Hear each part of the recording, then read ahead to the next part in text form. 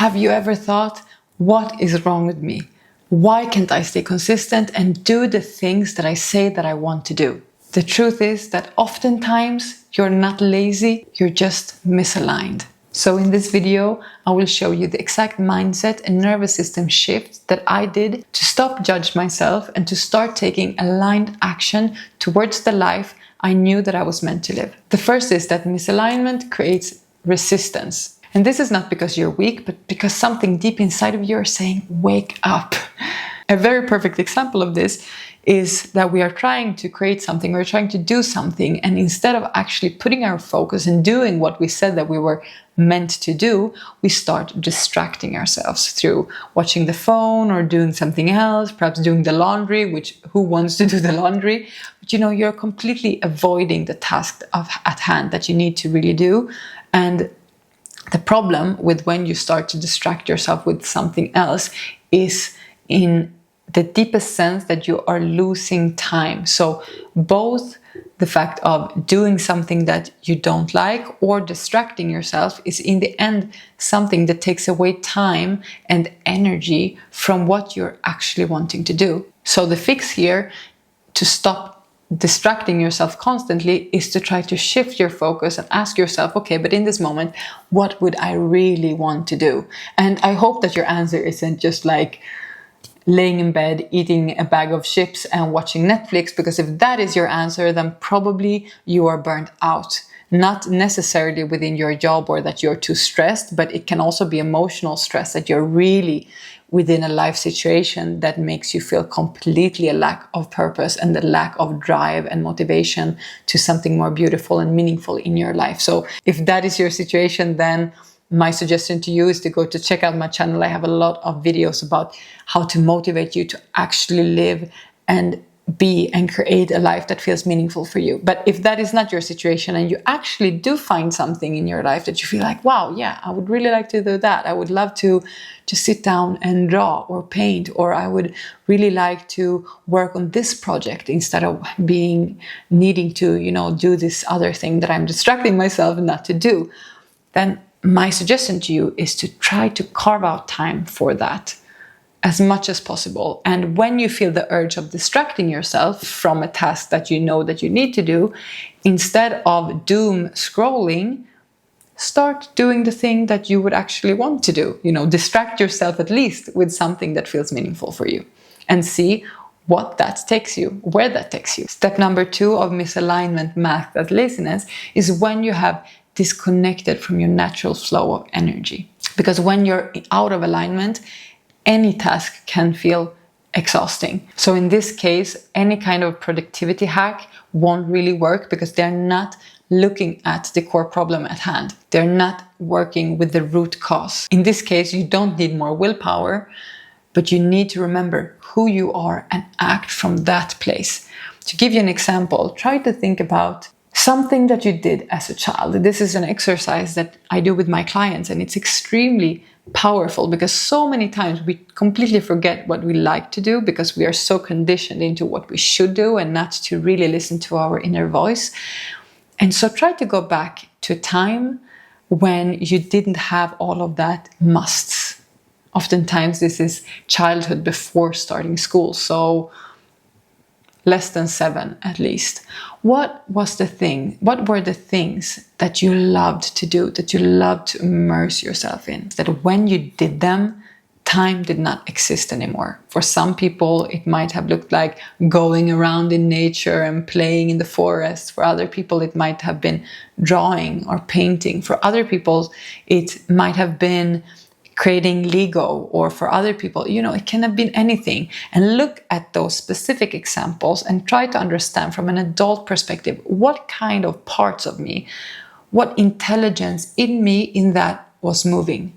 What was moving as an intelligence in me? So for example, if you loved doing Lego, perhaps you're still in a situation when you need to solve a problem or to build something or to architect something, you get really fired up. So try to really look at those kind of examples and to stepping into that and seeing, okay, how can this translate into my adult life? If it cannot translate directly into a profession, try to at least see, how can I carve out time for that?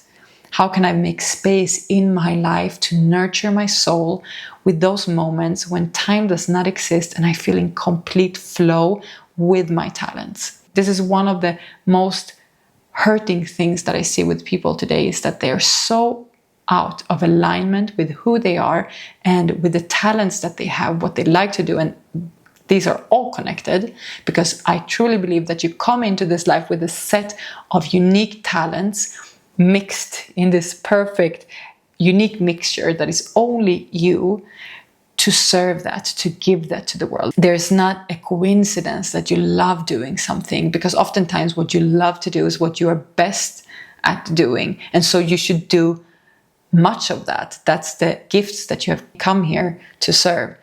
But that misalignment is huge. And of course, when we're out of line with that, we feel lazy. We feel that we don't want to do things that doesn't give us meaning, that doesn't give us that sense of wow, of wonder. And also oftentimes we're not very much appreciated also when we're out of alignment, which just creates this visual cycle, this cycle of doing something that feels unmeaningful, not giving meaning to others, so you don't get the appreciation that you really long for also. So this kind of cycle can get people trapped into this kind of misalignment, and in worst cases also depression. Another example is that you might not be lazy, but you might be in a transition period. When you're in between lives, there is a lot of confusion and there's this sense of void. What do I mean when you're in between lives? Sometimes you have gone through specific events, you have gone through a spiritual awakening, you feel that your life doesn't really match what you feel inside, and so you're in this space in between lives. You haven't really fully stepped into your power yet and into this new version that you're sensing of yourself. So you have one foot in the old, but you feel completely out of alignment. So sometimes if you're in this situation, the fact of actually being within your cocoon and allowing that kind of transformation to arise, to emerge naturally, is the best thing to do. And so not to feel the pressure of productivity, because perhaps you're in this state in which your soul and your being in this moment really needs to be in what from the outside might look like laziness, but in reality you have been in misalignment and you are aligning again. So you're in this transition period and you need this time to cocoon. You need this time to really see what emerges from within, and this is okay too. If anything of this resonates with you, I also have a free training on the 4-step system that I use in my Radical Emergence programs to really step into alignment and to really start living out of your purpose and finding your purpose. So if you're interested in that, you can comment free training and I will send it the link below. And the last example is that you are not aligned with the community around you, and so the mirroring process is completely off. Now, what does this mean? We are normally a sum of the people that we spend the most time with. So if you feel that you're stepping into a new version of yourself, or that you're trying to achieve something, and your community of friends, your family, everyone around you are not mirroring that back to you in a way that actually allows you to go forward, but perhaps sometimes even trying to keep you in a position because they value the person that you were. They are afraid of change. They're asking, why would you do that? Because they're afraid of losing you.